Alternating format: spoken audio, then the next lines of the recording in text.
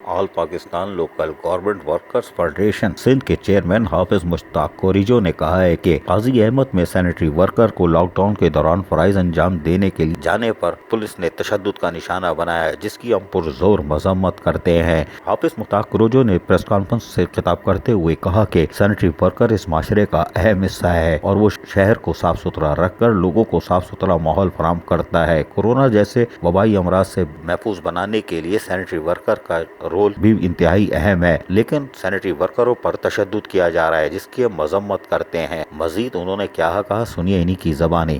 ताज़ो कल जो आहे काज़ी अहमद में टाउन कमेटी जा मुलाज़िम जेके गंद ऐं कचरे खणण लाइ पहुता हुआ, उन्हनि खे जेको आहे लाठी चार्ज कई वई आहे। ऐं उन सां गॾोगॾु लाड़काणो म्यूनिसिपल कॉर्पोरेशन में ख़ुदि असां वटि नौदेरो में जेको आहे असांजा ट्रैक्टरनि खे नथो छॾियो वञे, जेके कचरे खणण लाइ सुबुह जो निकिरनि था उन्हनि खे रोकियो थो वञे।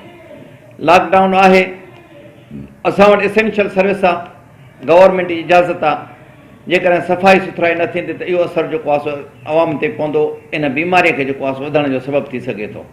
जंहिंजे करे गवर्नमेंट जी ख़ुदि इजाज़त आहे एसेंशियल सर्विस जी। असां हुन खां पुरज़ोर मुतालबो था कयूं पुलिस खे जेको आहे इन अमल खां रोकियो वञे। तव्हां ॾिसो पूरी सिंध में कचरे खणण लाइ हुजनि, फेमिगेशन लाइ हुजे, फायर ब्रिगेड ते स्प्रे पूरी सिंध में हली रहियो आहे, ॾींहुं हुजे चाहे राति हुजे।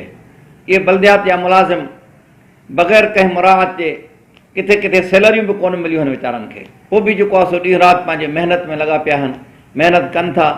बलहाल हीउ उन्हनि ते हक़ु आहे, हीउ उन्हनि जो फ़र्ज़ु आहे, पूरो फ़र्ज़ु पंहिंजे ज़िम्मेवारीअ सां निभाए रहिया आहिनि।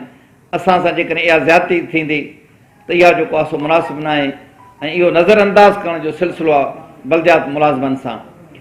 तव्हां किथे जी बि कारकर्दगी ॾिसो, डॉक्टरनि सां जेकॾहिं उन्हनि खे हिफ़ाज़ती किट नथी मिले त उहे जेको आहे उते कमु कोन था कनि।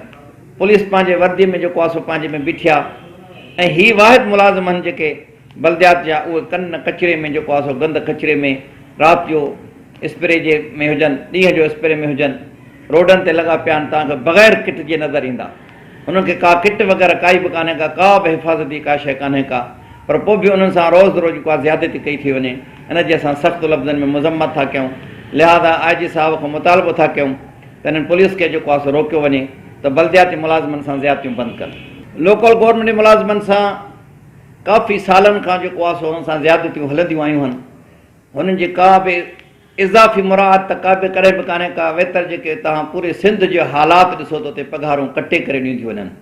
90% पूरे सिंध में जेके जुलाई 2019 में गवर्नमेंट पघारूं इज़ाफ़ी ॾिनियूं आहे, उहे बि न ॾिनियूं वञनि। त हुननि खे स्पेशल मुराद ॿियूं कहिड़ियूं मिली हूंदियूं जॾहिं हुनखे पंहिंजा हक़ कोन था मिलनि त जेको आहे स्पेशल मुराद कान ॾींदा कोन। हाणे बि जेको आहे हीउ जेको सिस्टम थियो आहे हिन में कोरोना में, इन में अलहमदिल्ला असांजे लोकल गवर्नमेंट डिपार्टमेंट जे मुलाज़िमनि पूरे जेको गवर्नमेंट ऐलान कयो आहे उन मुताबिक़ 5% हुनजी पघारूं पंहिंजूं कटे करे एमरजेंसी फंड में जमा करायूं आहिनि। इहो असां वटि सबूत आहे। असांजे ग्रुपनि ते जेको आहे हुननि जी चेकियूं वग़ैरह उतां जूं फ़ोटो अचनि, जेको आहे हुनखे अपडेट कयो थो वञे। बाक़ी असांखे स्पेशल मुराद वग़ैरह काई बि न ॾिनी वई आहे। असां गवर्नमेंट ऑफिसनि खां मुतालबो कंदासीं त मुलाज़िमनि सां ज़्यादतियूं बंदि थियनि ऐं उन्हनि जे हक़ु ॾिनो वञे। उन्हनि जो हक़ु पघार आहे, हू पघार था घुरनि पिया। सालनि खां रड़िया आहियूं जेको आहे सालनि खां, को हिकु अधु साल न थियो आहे, पर सालनि खां रड़ंदा आहियूं त असांजो पघारूं जेको आहे ट्रेज़रीअ जे मार्फत अदा कयूं वञनि। जॾहिं 2001 जो लोकल गवर्नमेंट एक्ट हुयो, उन मां जेको आहे जिला काउंसिल जा मुलाज़िम ट्रेज़री में पघारूं खणंदा हुआ, उन्हनि जूं बंदि कयूं। उहो सिलसिलो हिकिड़ो आहे ठहियलु, उहो प्रोसेस आहे। उन प्रोसेस खे जेकॾहिं कयो वेंदो त मुलाज़िमनि सां इहो ज़ुल्म बंदि थी वेंदो। ऐं असां यकीनी तौर ते चऊं था त जेकॾहिं यकीन सां चऊं था त जेकॾहिं ट्रेज़री मार्फत पघारूं अदा कयूं त गवर्नमेंट ऑफ सिंध जो फ़ाइदो बि आहे। पब्लिक मनी जेके पैसो आहे, पब्लिक जो आवाम जो जेको पैसो आहे, उहो जेको आहे हिकिड़ो महफ़ूज़ बि थींदो। ऐं इनशाअल्लाह असां यकीन सां चऊं था त जेको आहे 40 खां 50% जेको आहे उन में बचत बि थींदी।